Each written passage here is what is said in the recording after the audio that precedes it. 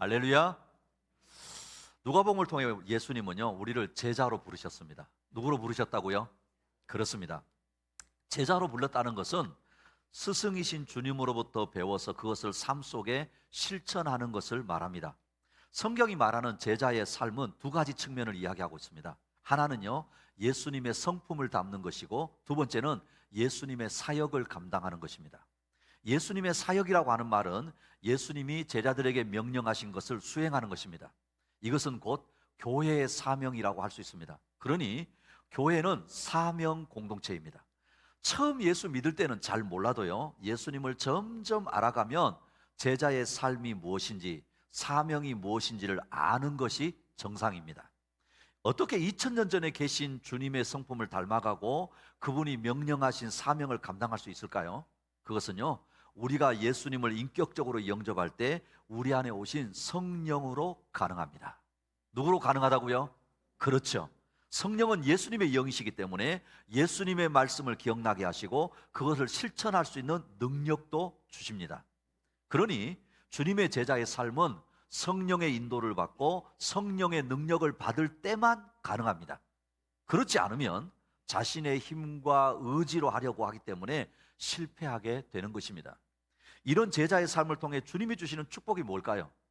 주님은 저와 여러분을 제자로 부르셨다고 말씀하시고 있고, 성령의 능력을 의지해서 제자의 삶을 살 수 있다고 하셨는데, 그러면 이런 제자의 삶을 통해 주님이 주시는 축복이 뭐냐 말이에요. 그것은요, 이 땅에서도 하나님 나라 천국을 누리며 사는 것입니다. 할렐루야. 엄밀하게 말하면 맛보는 것입니다. 우리가 이 땅에서 주님의 제자로서 살아가면서 하나님 나라의 그 능력을 맛보아야지 기대가 될 거 아닙니까? 하나님 나라는 하나님이 다스리시는 곳이기 때문에 하나님이 주시는 것을 누리게 됩니다. 이 땅에서 천국을 맛보아야지 영원한 천국을 소망하지 않겠습니까? 그리고요, 주님의 제자는 자신이 제자로 살아갈 뿐만 아니라 이 제자의 삶을 누군가에게 전수해야 합니다.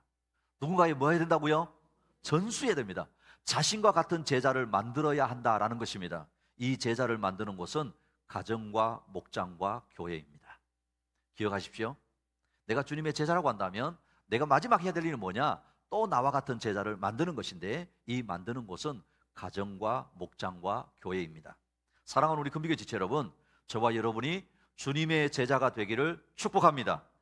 제자의 삶을 사시기를 축복합니다. 더 나아가서 제자를 만드는 분들이 되시기를 축복합니다. 오늘은요, 좀 무거운 주제를 다룹니다. 무거운 주제를 다룹니다. 왜냐하면 본문이 무거운 이야기를 하고 있기 때문에 그렇습니다. 우리가 주님의 제자가 되었다고 하는데 정말 제자의 삶을 살고 있는지에 대해서는 자신이 없을 때가 많습니다. 오늘 2부 예배 오신 성도님들 어떠세요?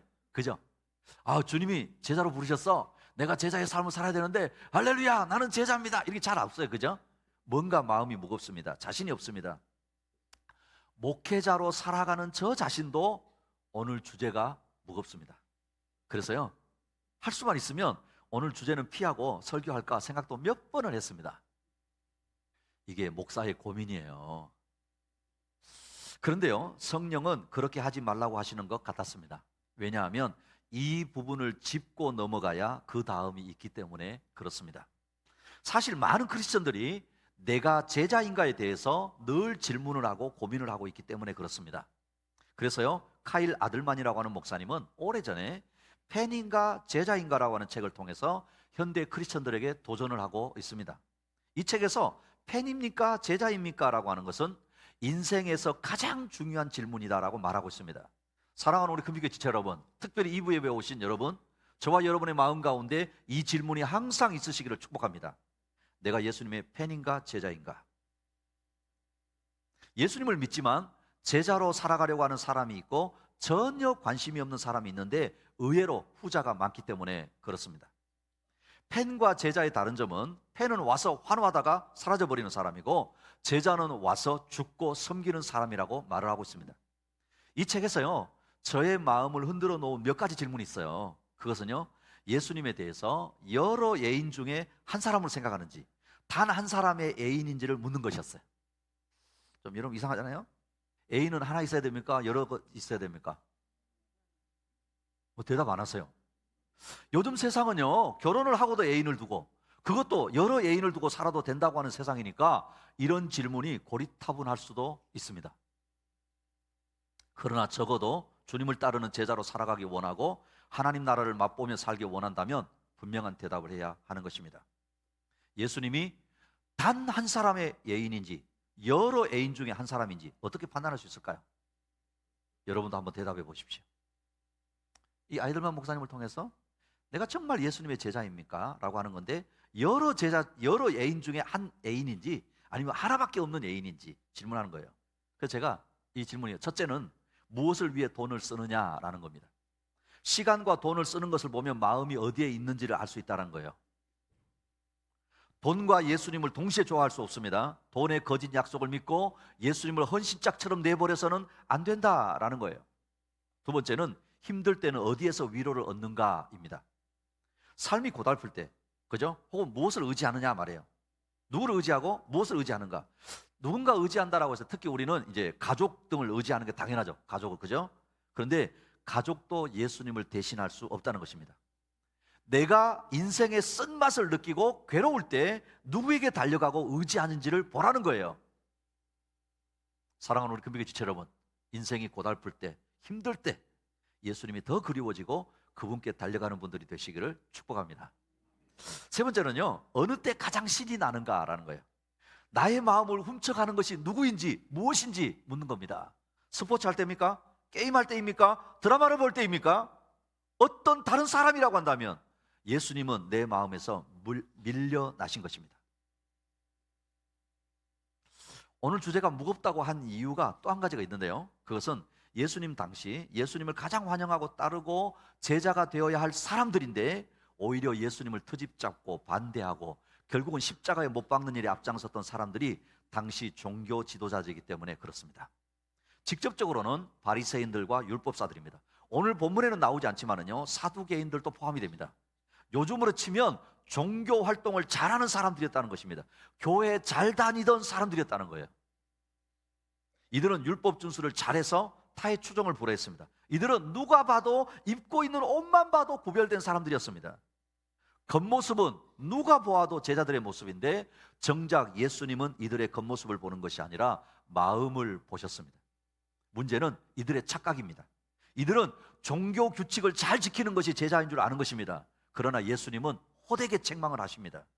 성경은 우리에게 늘 이렇게 말씀합니다. 믿음이 자라야 한다, 성장해야 하고 성숙해야 한다라고 말씀을 하십니다. 자, 우리 베드로후서 3장 18절 읽어볼까요? 시작. 우리의 주님이시며 구주이신 그리스도 예수에 대한 지식과 그의 은혜 안에서 자라십시오. 그렇죠. 우리의 주님이시고 구주이신 그리스도 예수에 대한 지식과 그의 은혜 안에서 뭐 하라고요? 자라가라는 거예요. 갈라디아서 2장 20절 우리가 너무너무 잘 압니다. 나는 그리스도와 함께 십자가에 못 박혔습니다. 이제 살고 있는 것은 내가 아닙니다. 그리스도께서 내 안에서 살고 계십니다. 내가 지금 육신 안에서 살고 있는 삶은 나를 사랑하셔서 나를 위하여 자기 몸을 내어주신 하나님의 아들을 믿는 믿음 안에서 살아가는 것입니다. 자라가고 내가 죽고 내 안에 그리스도가 사는 것이라고 말씀합니다. 이 말은 내가 죽고 내 안에 예수가 살아야 한다는 거예요. 나를 통해 예수가 나타나야 한다라는 것입니다. 나는 죽고 예수가 나타나니 당연히 그 사람이 있는 곳에 하나님 나라가 나타나고 하나님 나라가 보이는 것입니다. 저와 여러분, 우리 큰빛의 모든 지체들이 이런 제자들이 되시기를 축복합니다. 이런 제자의 삶을 살기 위해서는 우리가 주의해야 할 것이 있다는 거예요. 우리가 주의해야 될 것 뭘까요? 첫 번째, 따라합니다. 의롭다는 착각입니다. 의롭다는 착각입니다. 자, 옆에 있는 분에게 시작. 뭘 조심해 주의해야 된다고요? 그렇습니다. 자, 42절 한번 볼까요? 42절 시작. 너희 바리새파 사람들에게 화가 있다. 너희는 박하와 운향과 온갖 채소의 11조는 바치면서 정의와 하나님께 대한 사랑을 소홀히 한다. 그것들도 반드시 행해야 하지만 이것들도 소홀히 하지 않았어야 하였다. 자, 보십시오. 이 말씀은 지난주에 이어서 바리새인들에게 하시는 말씀입니다. 바리새인들은요, 스스로 구별된 사람들이라 생각하고 자신들의 종교 생활이 다른 어떤 사람들보다 옳고 낫다고 생각했습니다. 그래서 세리와 죄인들을 정죄했고 율법에 어긋나는 행동이 있으면 여차 없이 판단하고 정죄를 했습니다. 그런데 예수님은 이런 바리새인들을 향해서 외식하는 자들, 위선을 떠는 자들이라고 하십니다. 원래 바리새인들은요, 이스라엘 나라가 망하고 바벨론 포로로부터 돌아온 후에요, 그들이 포로로 잡혀간 것이 율법을 바르게 지키지 않았기 때문이라고 생각했습니다. 그래서 이들은 아주 엄격하게 문자적으로 지키려고 했던 사람들입니다.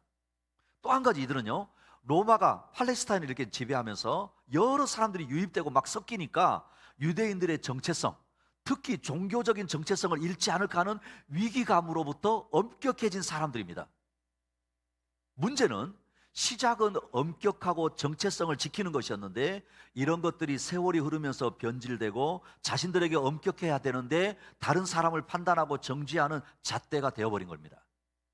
이들은요, 심지어 정원, 우리 치면 텃밭입니다. 텃밭에 심은 작은 채소까지도 11조를 드린다고 자부했습니다. 문제는 이웃에게 자비를 베풀고 하나님을 사랑하라는 11조의 근본 정신은 놓친 것입니다. 율법의 정신에 따라 사는 사람이 아니라 율법의 의무에 집착해서 사는 사람이 돼버린 겁니다. 그래서 이들은요, 자기 자신이 의로우며 따라서 하나님의 구속의 은총이 필요하지 않다고 생각했습니다. 이들은 다른 사람을 멸시하였으며 자신들은 다른 누구보다도 훌륭한 자라고 생각하게 된 거란 겁니다. 외적으로는 율법의 사소한 부분까지 범하지 않으려고 애썼지만은 율법의 정신은 버린 것입니다. 자신들의 열심을 타인과 자신을 구분하고 정지하는 근거로 사용한 거예요. 한마디로 자신들은 의롭다는 착각에 빠진 것입니다.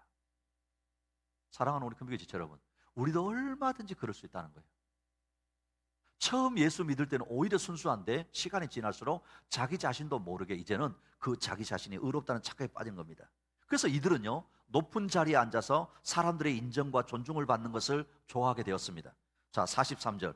너희 바리새파 사람들에게 화가 있다. 너희는 회당에서 높은 자리에 앉기를 좋아하고 장터에서 인사받기를 좋아한다. 왜 이렇게 되었는가 하면 자신은 의롭다라고 생각하기 때문에 겉으로 존경받는 자리에 서는 것입니다. 그런데 주님은 이런 모습이 도리어 사람들을 부정하게 만드는 무덤 같다라고 지적하십니다. 자, 여러분 44절 읽어보실래요? 시작. 너에게 화가 있다. 너희는 드러나지 않게 만든 무덤과 같아서 사람들이 그 위를 밟고 다니면서도 그것이 무덤인지 알지 못한다. 여기 보시면 드러나지 않게 한 무덤 그랬죠. 개역 개정에서는요, 성경에서는 평토장한 무덤 그랬거든요. 우리가 보통 보시면 무덤은 봉을 쌌잖아요, 그죠? 그래서 무덤인 걸 알리잖아요. 근데 여기에 평토장, 그냥 평평한 무덤을 만들었다는 거예요. 평평하게 만든 무덤이라서 사람들이 모르고 밟고 지나가는 겁니다. 그런데요, 율법에 무덤에 닿으면 7일간 부정하게 되어져 있습니다. 바리새인들은 자신들이 부패하고 썩은 무덤이라는 사실을 숨기고 다른 사람들로 하여금 잘 모르고 죄를 범하게 하는 자들이 돼버린 겁니다. 그러니 늘 자신의 내면을 살펴야 하는 것입니다. 성령의 조명을 받아야 합니다. 사실 하나님 앞에서 의로움은 없고 죄인 중에 죄인이지만 예수 때문에 긍휼을 입은 의로움만 있을 뿐입니다. 사랑하는 우리 금기계 지체 여러분, 저와 여러분이 다 그렇습니다. 그죠? 우리가 의롭지 못합니다. 죄인 중에 죄인입니다. 그런데 예수 때문에 긍휼을 입은 의로움만 있을 뿐입니다. 사랑하는 우리 금기계 지체 여러분, 우리가 주의해야 할 것은 의롭다는 착각인 것을 늘 기억하시기를 축복합니다. 우리가 주의해야 될 것 두 번째로는요, 따라합니다. 겉과 속이 다른 것입니다. 겉과 속이 다른 것입니다. 자, 옆에 있는 분에게 시작. 뭐가 다른 거요? 그렇습니다. 우리의 신앙이 자라기 위해서는 우리가 늘 조심해야 하는 것 중에 또 하나가 바로 겉과 속이 다른 겁니다. 오늘 본문에 예수님으로부터 책망을 받는 유대 종교자들, 지도자들 가운데요, 또 한 부류의 사람들이 나오는데 바로 율법사들입니다. 이 율법사는 서기관이라고 부르기도 합니다. 이 사람들은 유대교의 전문적인 율법 교사들을 말합니다. 여기에 등장하는 한 율법사는요, 예수님을 초청한 그 바리새인 집에 함께 초청되어 온 사람이었던 것 같습니다. 그런데 예수님이 바리새인들에 대해서 혹독하게 책망을 하시니까 도둑이 막 재발저려가지고 이 율법사가 스스로 나서서 예수님의 말을 막 또 책잡습니다. 자, 여러분 45절 보십시오. 율법 교사 가운데 어떤 사람이 예수께 말했다. 선생님이 이렇게 말씀하시면 우리까지도 모욕하시는 것입니다. 그죠? 이제 이 율법사는요, 바리새인들에 대한 예수님의 책망을 이렇게 듣고는 자신들까지 모욕을 당하고 있다고 항변을 합니다. 그런데 도리어 더 혹독한 책망을 받습니다. 자, 46절, 47절. 제가 한 절, 여러분 한 절. 예수께서 말씀하셨다. 그렇다. 너희 율법 교사들에게도 화가 있다. 너희는 지기 어려운 짐을 사람들에게 지우면서 너희 자신은 손가락 하나도 그 짐에 대려하지 않는다. 너희에게 화가 있다. 너희는 너희 조상들이 죽인 무덤을 세운다. 이 율법사들은 율법보다 더 무거운 조상들의 유전을 사람들에게 지우고는 그들을 조금 더 도와주지 않았다는 거예요. 율법에 대한 지식을 가르칠 뿐 그 율법을 지키도록 돕는 데는 손가락 하나 까딱하지 않았다는 겁니다.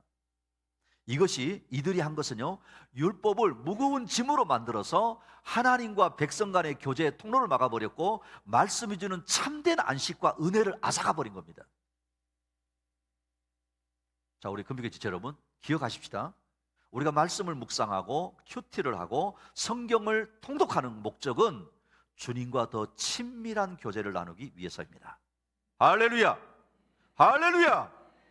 우리가 말씀을 묵상하고 큐티를 하고 성경을 통독하는 목적은 주님과 더 친밀한 교제를 나누기 위해서 한 거예요. 무거운 짐을 얻는 것이 아닙니다. 우리의 영혼을 비상하게 하는 날개를 달기 위해서 하는 거예요. 요즘 가정교회 안에서는요, 코로나 이후에 가족 목장이 불처럼 일어나고 있습니다. 기존의 가정 예배를 드렸는데 이것을 좀 더 살려보자는 거예요. 지난주 제가 목회코너에 쓴 것처럼 하나님은 영혼 구원에 대해서 수평 구원만 말씀하는 것이 아닙니다. 수직 구원도 있다고 하십니다. 우리가 VIP를 섬기고 이웃을 섬기고 영혼 구원하는 것은 수평 구원이라고 할 수 있고, 우리의 신앙을 자녀들에게 전하는 것은 수직 구원이라고 할 수 있습니다. 지금까지 우리는 수평 구원은 잘했습니다. 그렇죠? 특별히 어떤 교회예요? 그렇죠. 어떻게 아셨어요? 정말 큰빛 교회는 수평 구원 잘했어요. 우리가 입을 열 때마다 영혼 구원하여 제자 삼읍시다. 그렇죠? 그런데 우리의 신앙이 다음 세대로 전수되는 것은 심각한 위기를 만났다는 거예요. 이웃을 전도하기 위해서 섬기고 삶을 나누고 공감해주고 뜨겁게 기도하면서 정작 내 가족, 내 자녀들에게는 이렇게 하지 못했다는 것입니다. 여러분, 가나안 성도라고 그랬죠? 가나안 성도. 무슨 뜻이라고요? 안 나가 성도. 아니, 성도면 성도인데 무슨 안 나가 성도가 있어요. 근데 이 가나안 성도의 대부분이 교회 직분자의 자녀이든지 모태 신자들이라는 거예요. 안타깝지 않습니까? 왜 이들이 교회를 떠나고 신앙을 버리는지 가장 큰 책임은 누구에게 있을까요?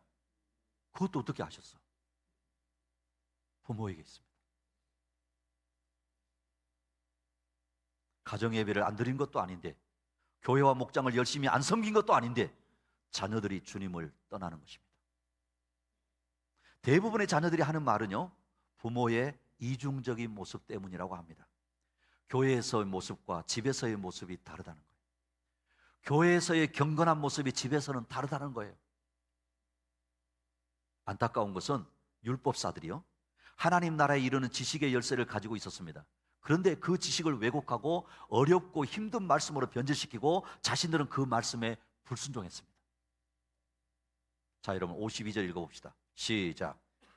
너희 율법교사들에게 화가 있다. 너희는 지식의 열쇠를 가로채서 너희 자신도 들어가지 않고 또 들어가려고 하는 사람들도 막았다. 그렇죠. 보십시오. 이들은요, 선지자의 무덤을 만들어서 자기들이 선지자의 후예인 것처럼 꾸미고 율법의 열쇠를 가지고도 율법의 완성자이신 예수님이 보여주신 구원의 길을 거부하고 백성도 믿지 못하게 막았다는 거예요.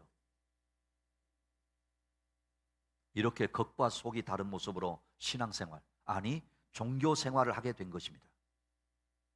겉과 속이 일치하지 않는 문제는 누구도 예외일 수 없습니다. 사실 저도 그래요. 저도. 그죠?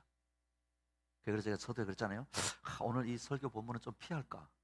왜요? 겉과 속이 일치하지 않는다는 이 문제는 우리 모두가 가지고 있는 겁니다.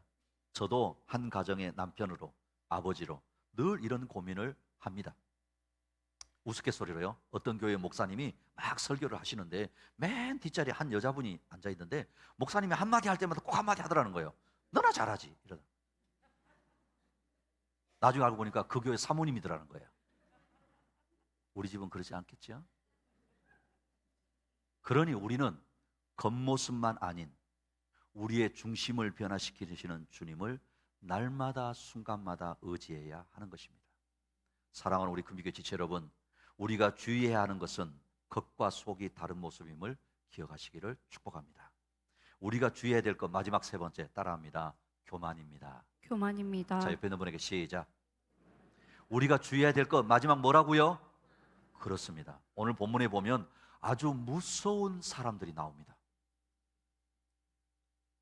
율법의 완성자이신 예수님, 우리의 속마음을 아시는 예수님이 자신들의 착각과 이중성을 통찰하시고 말씀하셨을 때 이 말씀을 들은 바리새인과 율법사들의 반응입니다. 자, 53절 54절 제가 한 절 여러분 한 절. 예수께서 그 집에서 나오실 때 율법학자들과 바리새파 사람들은 잔뜩 앙심을 품고서 여러 가지 물음으로 예수를 몰아붙이기 시작하였다. 그들은 예수의 입에서 나오는 말에서 트집을 잡으려고 노렸다. 여러분 무섭지 않아요? 무섭지 않아요? 그죠? 이들이 왜 이렇게 앙심을 품고 예수님을 몰아붙이고 한마디 말에 트집을 잡으려고 할까요? 아마 자신들의 정당함을 믿었기에 화가 났을 것입니다. 자신이 옳다는 거예요. 말씀이 기준이 되지 않고 자기 지식과 열심이 기준이 될 때 우리도 예수님을 책망할 만할 만큼 무례하고 거만한 사람이 될 수 있다는 것을 늘 주의해야 됩니다. 결국 이들의 교만입니다. 그런데 우리가 주님 앞에서 신앙생활을 하면서 가장 주의해야 되고 경계해야 되는 것이 바로 이겁니다. 자신의 실상을 보지 못할 때 자기 의에 빠지게 됩니다. 어둡고 희미한 불빛 아래서는 자신의 모습을 온전히 볼 수가 없습니다. 맑은 거울로 자신을 보아야 자신의 흠과 티를 바로 볼 수 있고 고칠 수 있습니다.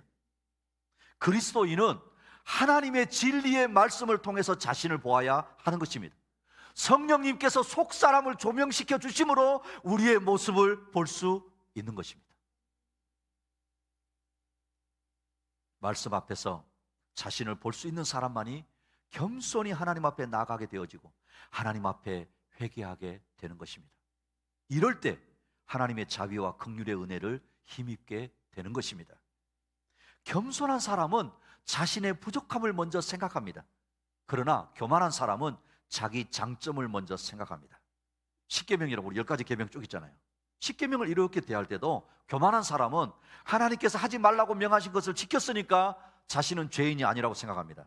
그러나 겸손한 사람은 하라고 하신 것을 지켰는지를 생각하면서 자신이 죄인임을 고백하는 겁니다.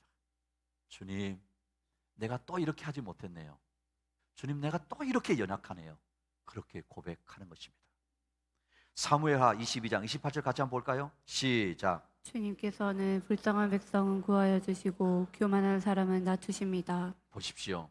우리 하나님은 불쌍한 백성, 자기를 겸손히 낮추는 백성은 구하여 주시고 교만한 사람은 낮추신다라고 말씀을 하십니다. 우리 야고보서 4장 6절 같이 볼까요? 시작. 그러나 하나님께서는 더 큰 은혜를 주십니다. 그러므로 성경에 이르기를 하나님께서는 교만한 자들을 물리치시고 겸손한 사람에게는 은혜를 주신다고 말합니다. 우리 하나님은 교만한 자를 물리치시고 겸손한 자에게 은혜를 베푸십니다. 이것이 성경의 진리입니다. 사랑하는 우리 금비교회 지체 여러분, 우리가 주의해야 할 것은 교만임을 늘 기억할 수 있기를 축복합니다.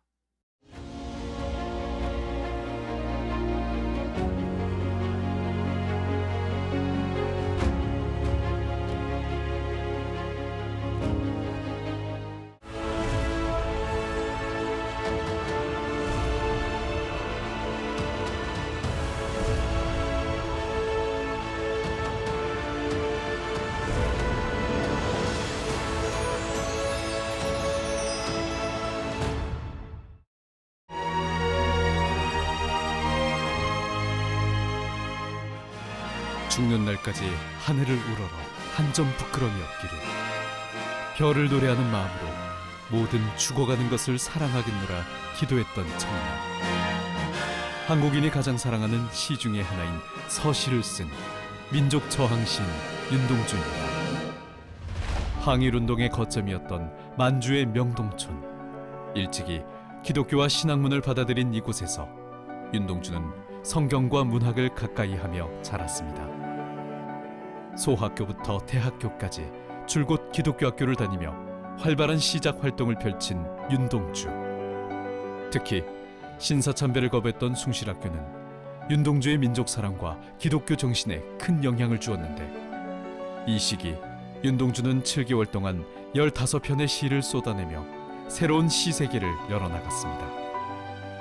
십자가가 허락된다면 모가지를 들이우고 꽃처럼 피어나는 피를 어두워가는 하늘 밑에 조용히 흘리겠습니다. 일본 유학 중에 체포되어 1945년 일본 형무소에서 짧은 생을 마감했지만 그가 남긴 시는 오래도록 우리에게 울림을 주고 있습니다.